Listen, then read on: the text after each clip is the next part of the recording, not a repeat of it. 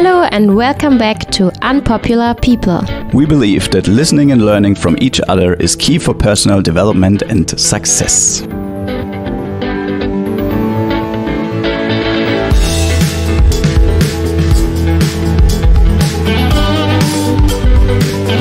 Today in our interview, Fatima Makki from Lebanon.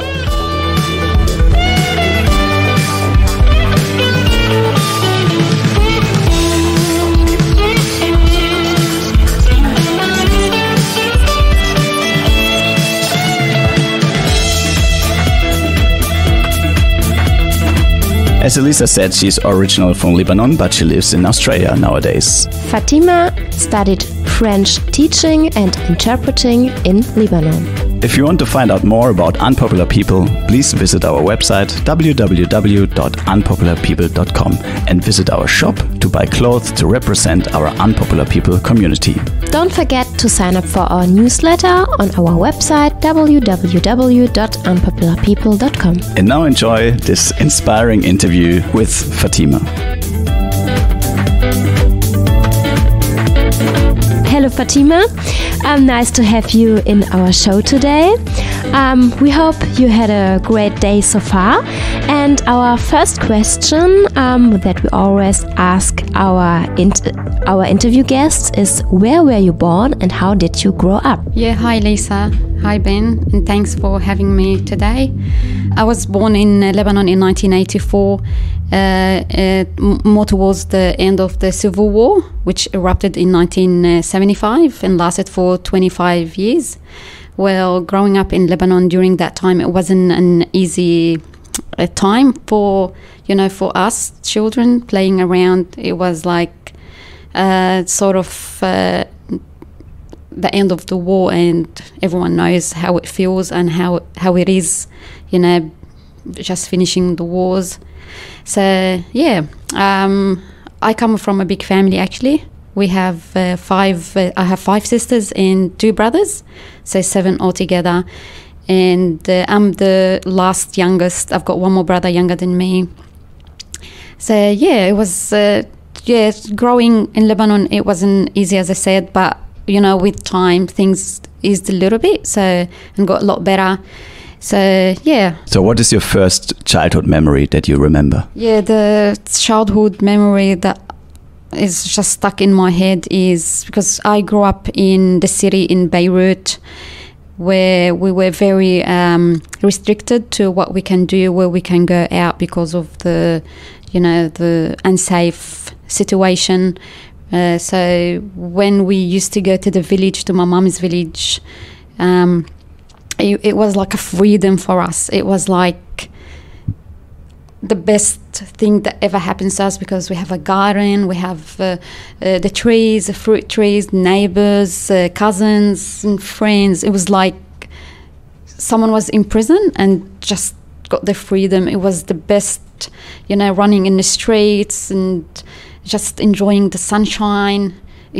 That's the only thing that is stuck in my head, and I wish if I can go back to that time where you can enjoy the birds singing and the sun shining on you and you can feel the breeze. So this is the best memory of my life. So what did your parents do? What was their profession back in Lebanon? Well, my mom was sort of like a fashion designer, and that's how she met my dad. And my dad was in a sort of similar fields. He was a fashion designer, but for males, like for men's.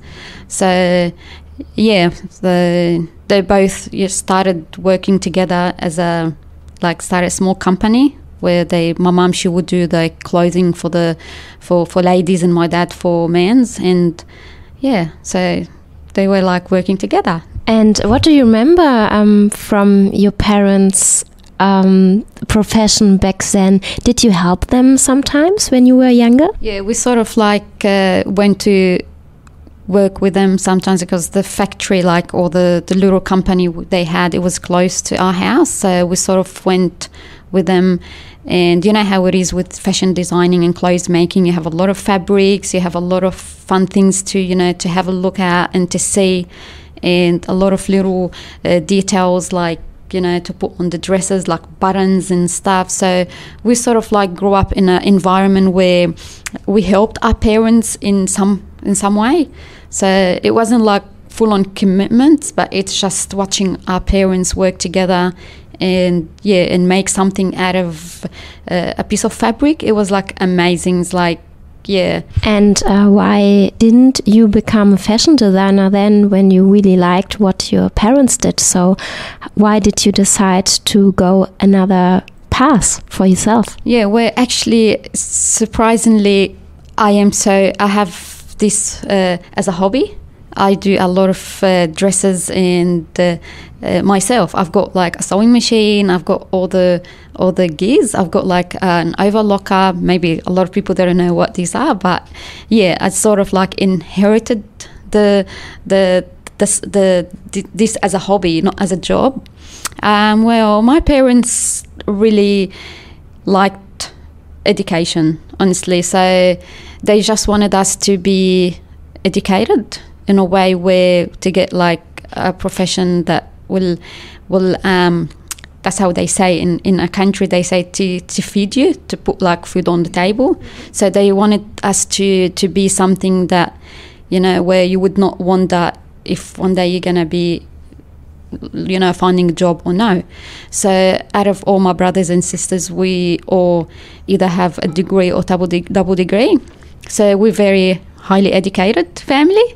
So yeah, but as I said, yeah, I've got it as a hobby, not as like a job. So yeah. And what did you decide to do in your life? Like we already found out that you're going on another path than this, like for your professional life. But what do you decide to do as your profession? At the moment, I'm studying diploma in mental health, and this is another side of me. It's just I like helping. It's all about helping. And I would like to make a difference in my community, because I know there's a lot of disadvantaged people that from my culture, that they either don't know much about the laws or the rules, or in case they need help, or they might be going through some sort of domestic violence and they don't know how to reach out for help. Or maybe the language barrier, sometimes it just doesn't help them. So given the fact that I can speak Arabic very good, and French, and now English, so that might help a little bit, give them that hope. And yeah. And why and when did you decide to come to Australia? So I decided to come to Australia when I was 19.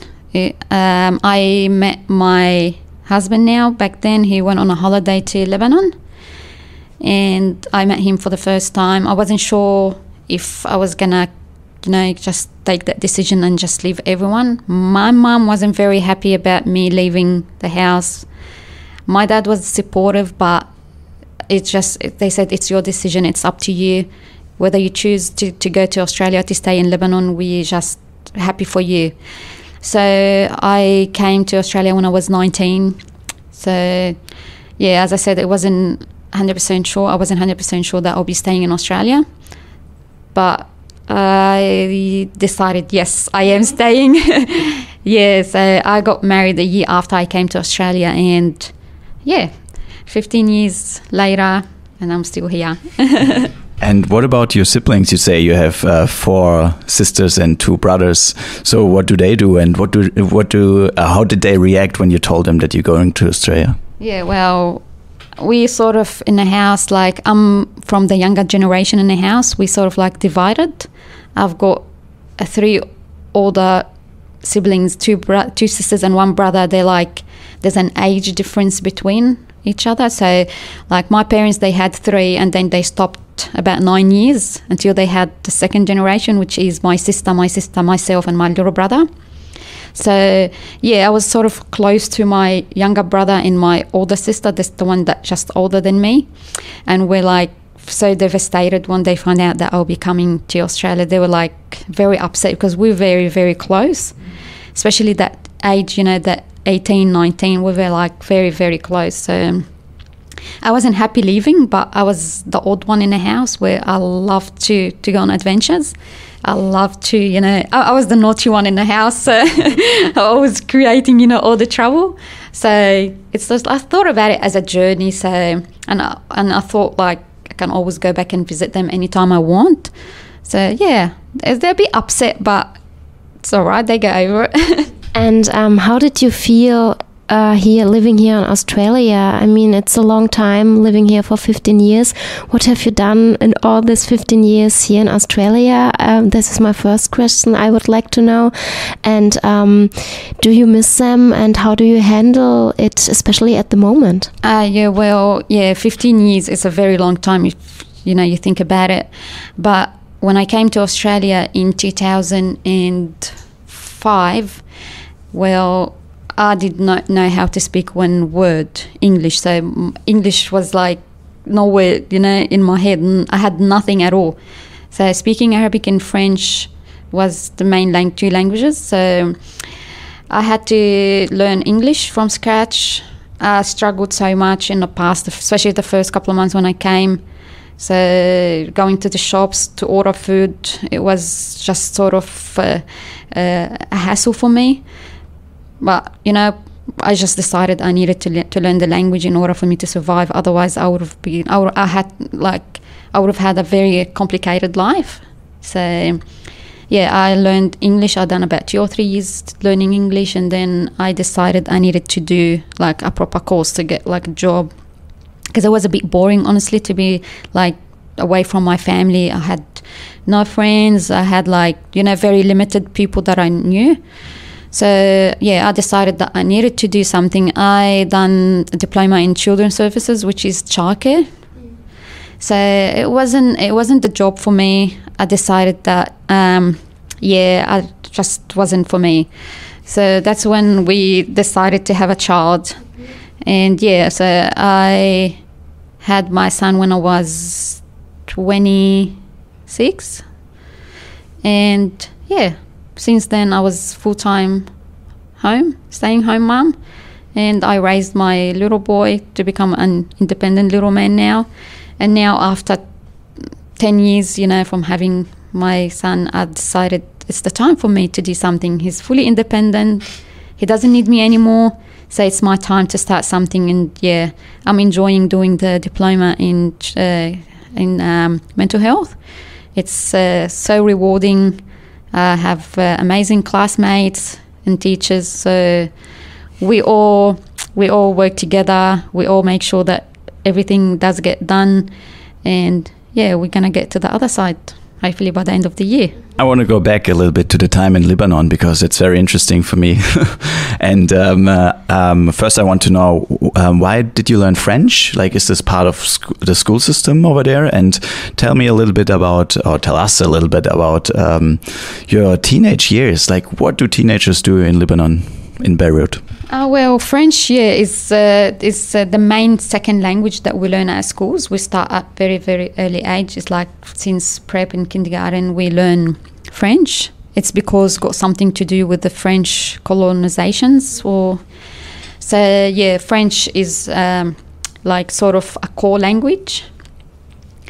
And my sister before me, she completed her degree and she done some honors or something at university in teaching French as well. She was a French teacher. And she said there's a good job opportunities because not too many people, they learn the language. It wasn't easy learning French. So only it's a very, it's not an easy language if you speak Arabic as a first language. So, and the government also doesn't put too much effort into, helping, in learning the language, the French. So, and I guess I got good marks and I was like top of the class all the time. I was a good student. So, and my parents thought that it would be good if I do French teaching, only because my sister done it before me and she got a job straight away after, because as I said, not too many people doing this the degree, and they need a lot of French teachers. So and I was good at it. So growing up in Lebanon, as I said, the war didn't help much, but things did improve so quickly after that. And as a teenager, I had three siblings that I was too close to, so they were like more as a friends, and so we used to do a lot of things together. For example, like go out together, shopping together, go to the parks together. So didn't have many friends because I didn't need to. So, but later on, when I got to high schools and university, that's when I started to shift a little bit away from my siblings. So they had their life and I have my life now.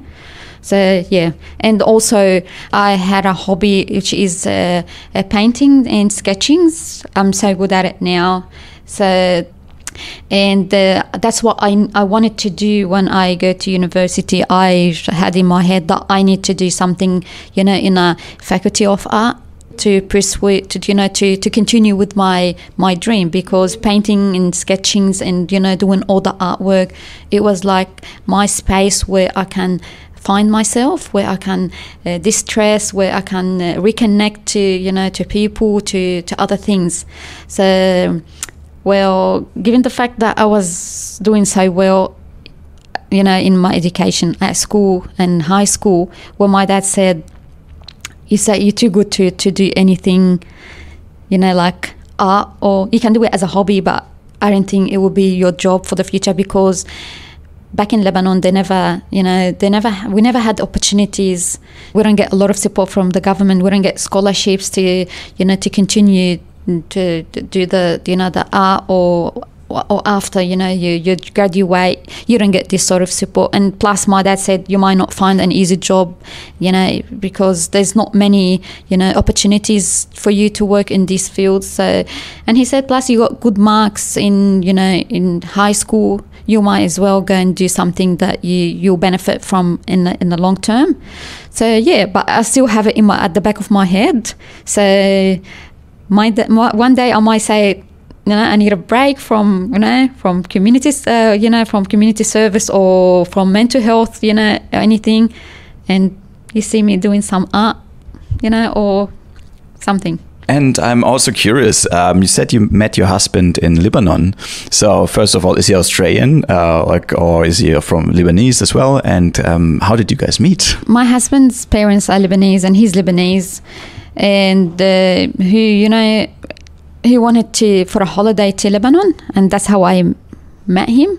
So we saw each other, and so that's how. He's Australian, and he went to Lebanon for a holiday. We were actually having a dessert. We were having ice cream and cake, me and my siblings, and he was there with his mom and dad, I remember, and his sister and his nephews.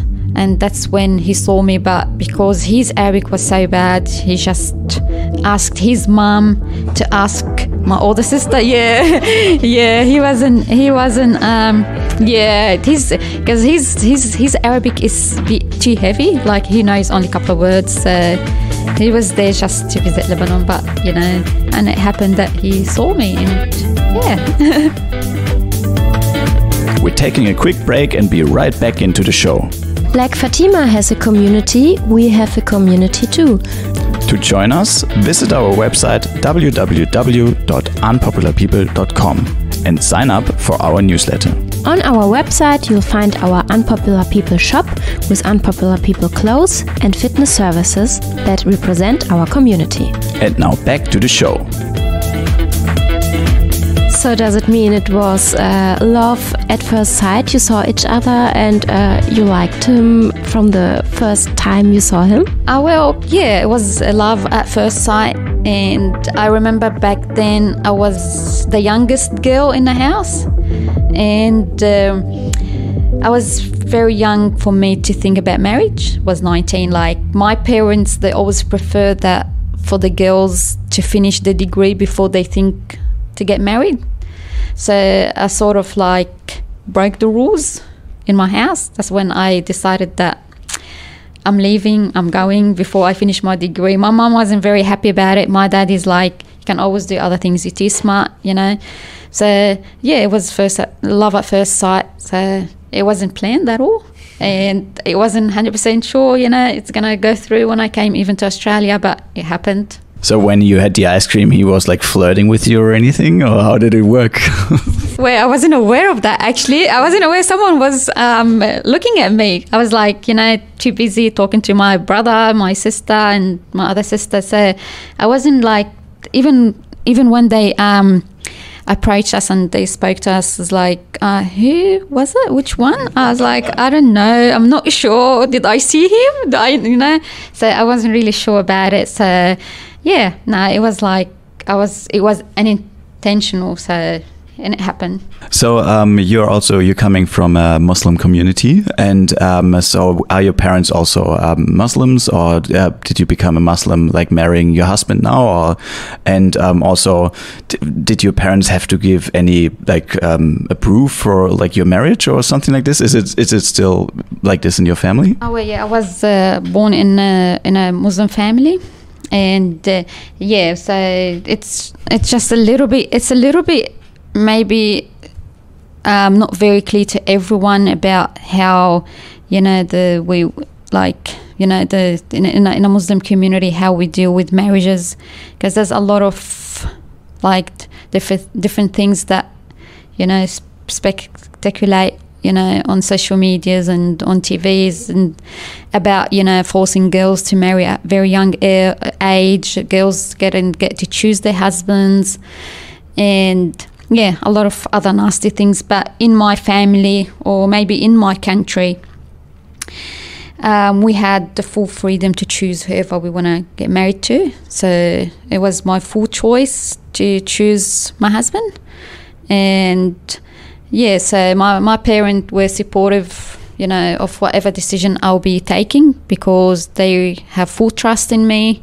They were very supportive, and they just said, it's your life, you choose whoever you want to spend the rest of your life with, and we're happy for you. That's really nice to hear that you had this opportunity, and also it's very impressive, I think, that you decide with 19 years to follow your heart, to come to Australia, to live here, that you dare. Not many people would do this with 19 years, I think, especially in the Western world. Many people think, oh, I have to be safe, and they can't imagine to live somewhere else.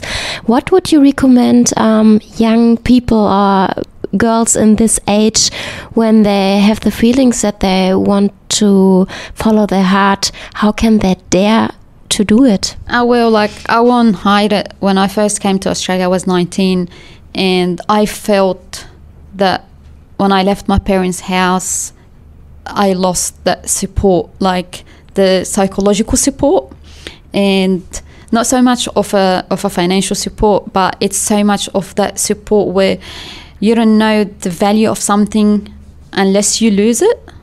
So when I lost that support, I felt like, oh, I'm on my own now. I need to be strong. It wasn't an easy journey. It was like, sometimes I cried, sometimes I felt like I can't take it anymore, I need to go back. But every time I just feel sad or upset or think that, let's say I'm going to give up, something just pushes me forward and just tells me you can do it. Because as I said, I was have a strong mentality. So that helped me a lot. That helped me overcome all the difficulties or the other things that came across, my life back then. Like, I was pretty young back then, but I believe that if you have a strong mind, you can do it. So everyone can do it. As long as I believe if you have the ability to solve problems, you'll be achieving the outcomes you want, and you'll be moving forward. And once that time passes, you will just look back at all the bad time you had, and you'll be laughing at yourself. It's like, I can't believe I thought of giving up, or I thought of quitting, or it all comes down to the person. So if you think that you're strong, I think you're the right person to just go for your dreams. If your dream is to just go to another country and start a new life there. Just do it. Just don't be afraid. Great story. And what did you realize over the years? What have you learned in this time the most for yourself? Okay, so coming to Australia when you're only 19 years old, you, with no doubt, will be facing a lot of challenges. And I reckon my mum guessed it right when she said, I reckon you're too young to go and start a new life on your own, because we were in a family where my parents were very protective. They provided everything for us. We never had to work to provide for ourselves, so everything was provided for us. And as I said, because the education was very important to our parents, so the main aim was to get the education. So like I was in a sort of very comfortable situation. But when I came to Australia, I was a bit, intimidated. Like I had a lot of support from my husband, financially and psychologically, but it's not the same when you have mum and dad, about 3 sisters and 2 brothers, they're all like you, providing that support. So I felt a little bit like as I was orphaned. But the main challenge was for me is I'm by myself now. I need to support myself psychologically and, so I can be strong to continue. And that support I did found by continuing my life. I just started, looking for courses to continue my education. I just didn't want to stop, my education. I needed to continue. But given the fact that French wasn't very popular here in Australia, so it's a different language, I thought I'd probably do something else. But as I said, I've learned that persistence, if you have the strength to continue, you will continue, and you will overcome all your challenges and all the difficulties, and you will get wherever you want to get to. All right, so I have another question about you also. It's a lot about you coming to Australia, but it's just a very interesting thing. And it's not about us coming to Australia, it's about coming to another country, from another culture, facing all the difficulties you have coming to a place like this. And because we experience the same, we're from a different culture, but we're in a foreign country, and we facing difficulties as well. And we also face discrimination. And I think you faced discrimination as well, but I don't want to go down that way now, because I want to actually know what was something you remember that was really nice of a person here in this country, like someone that supported you in any way that was really nice.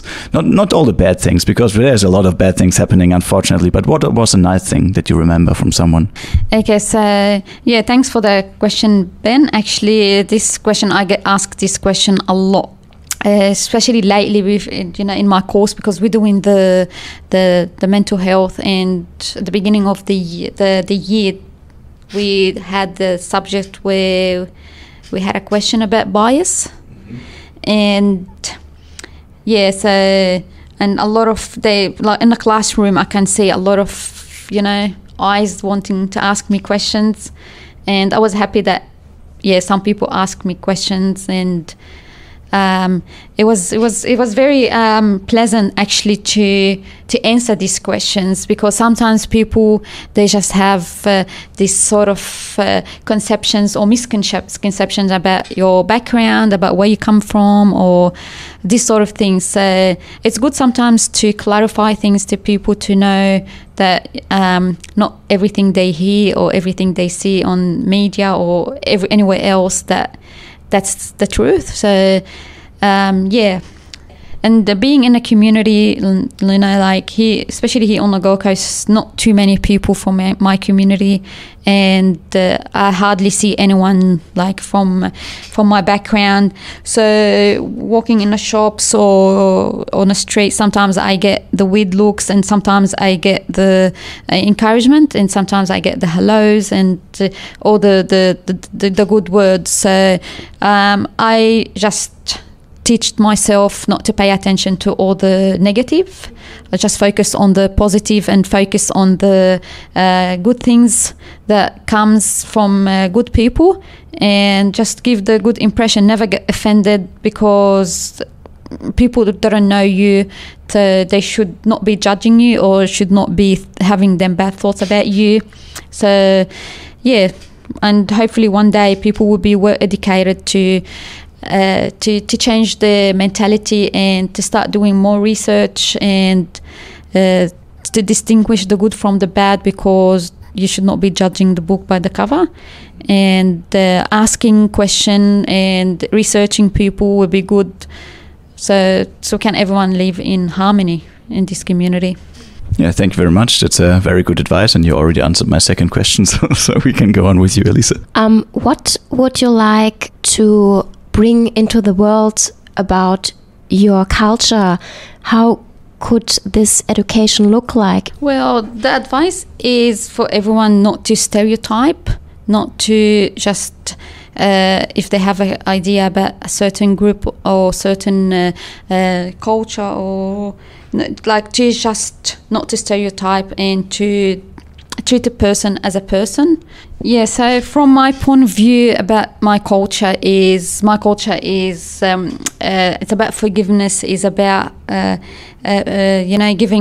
respecting human beings as human beings. So maybe there's a lot of misconceptions on social media and other platforms. They try to demonize certain groups, certain cultures, which in my opinion, again, is just stereotyping. There's good and bad in every single culture, in every single country.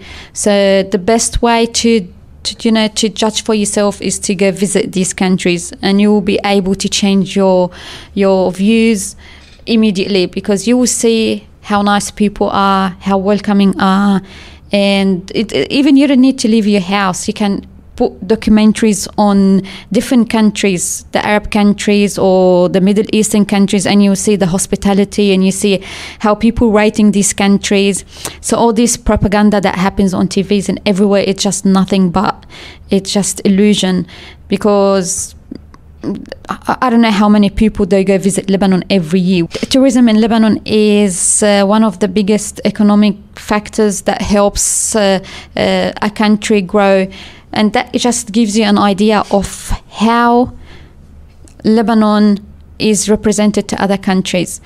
So yeah, as I said, you have to go and visit to see for yourself.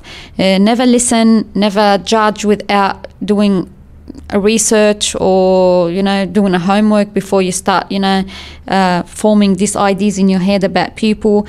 We are very welcoming, we are very forgiving, we have a lot of freedom. So I'm just going to talk about myself. Coming from Lebanon, is one of the Arab countries.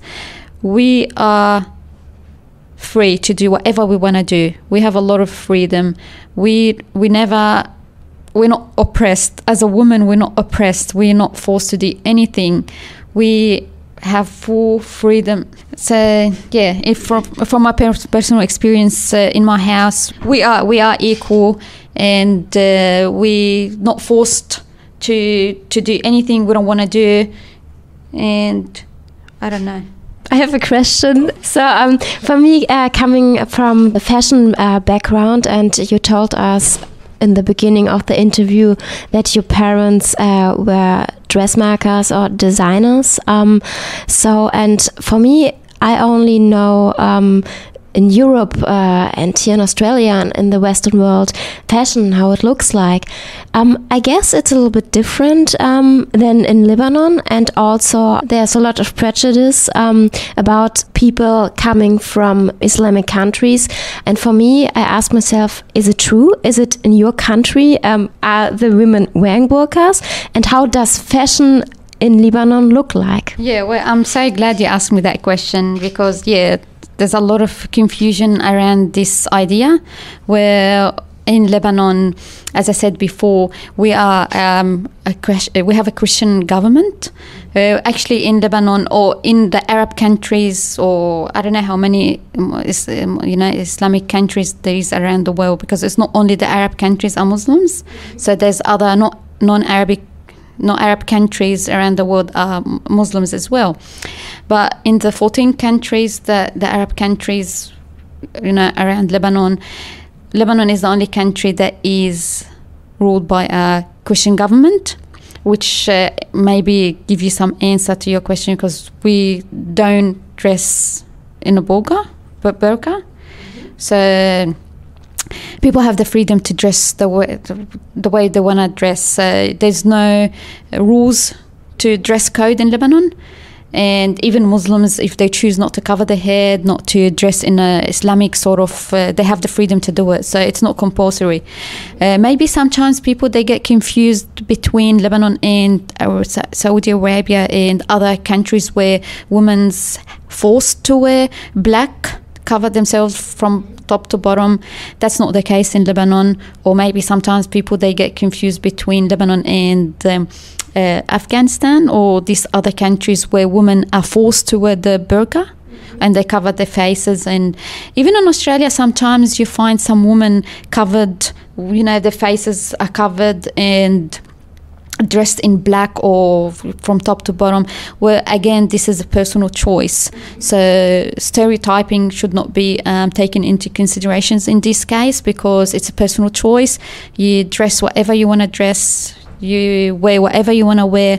There's no right or wrong in this situation. So as I said, in Lebanon, we have 18 religious groups. So we have Christians, we have Muslims, we have a lot of other religions. We grew up in a city where neighbors are Christians, where and other neighbors are different religion. We never knew the religions of each other, so we just lived as a community. We never discussed religion in Lebanon. So it doesn't mean if you're covered you're Muslim, or you're not covered you're not Muslim. So as I said, the religious was something that we never talk about or we never discuss. It's just lately in the last couple of years where we started hearing about Muslims and Christians and Jews and these sort of things. We lived in harmony. We celebrated each other's, holidays or special events like Eid. Eid, we call it. It's like after Ramadan, after we finish our fasting, we celebrated Easter. We celebrated a lot of other different religious, special days. We never knew anything about discrimination or talking someone down.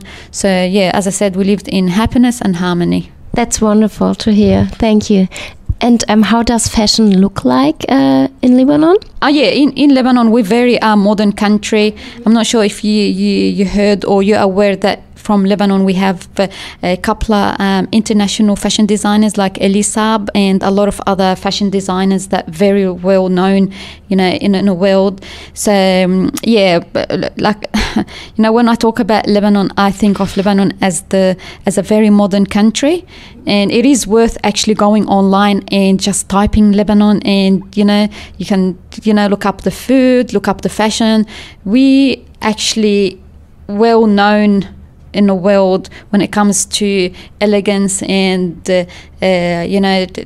dressing like nicely. So we will be very, very similar to how people dress in Australia or all around the world. So I would say yes. Thank you. Yeah, thank you very much.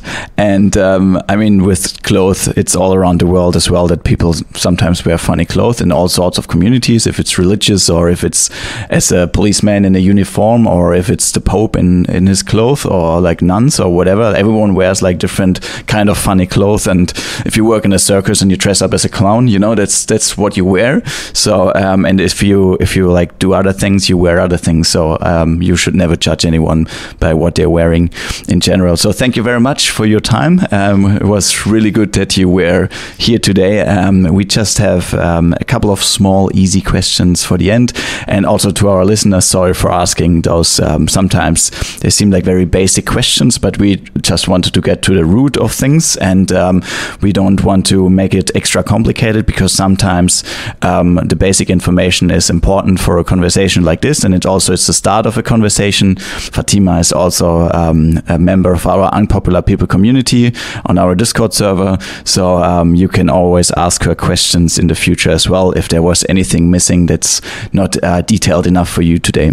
So thank you very much. And we just want to know if there's anywhere where people can reach out to you besides Discord. So, Ben, I have a Facebook page under my name, Fatima Makki, and I have an Instagram page as well and WhatsApp. And I'm happy to just discuss any comment or talk about any further questions. So, if you've got anything in your mind you want to ask me, I'm more than happy to answer. Thank you. And again, of course, on Discord, you will be found as well. And we wrap this up for today. Thank you very much for your time. And if there are any final words you want to share with our listeners today, now's the time for it. Thank you very much, Fatima, that you were here in our podcast, Unpopular People.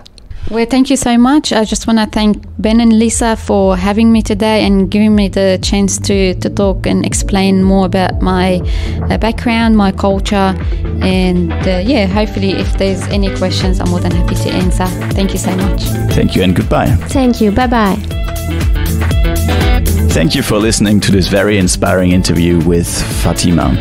You will find more information about Unpopular People on our website, www.unpopularpeople.com. You can also join our Discord server there. How can you join, Elisa? Just sign up for our newsletter on our website, www.unpopularpeople.com. Thank you and goodbye.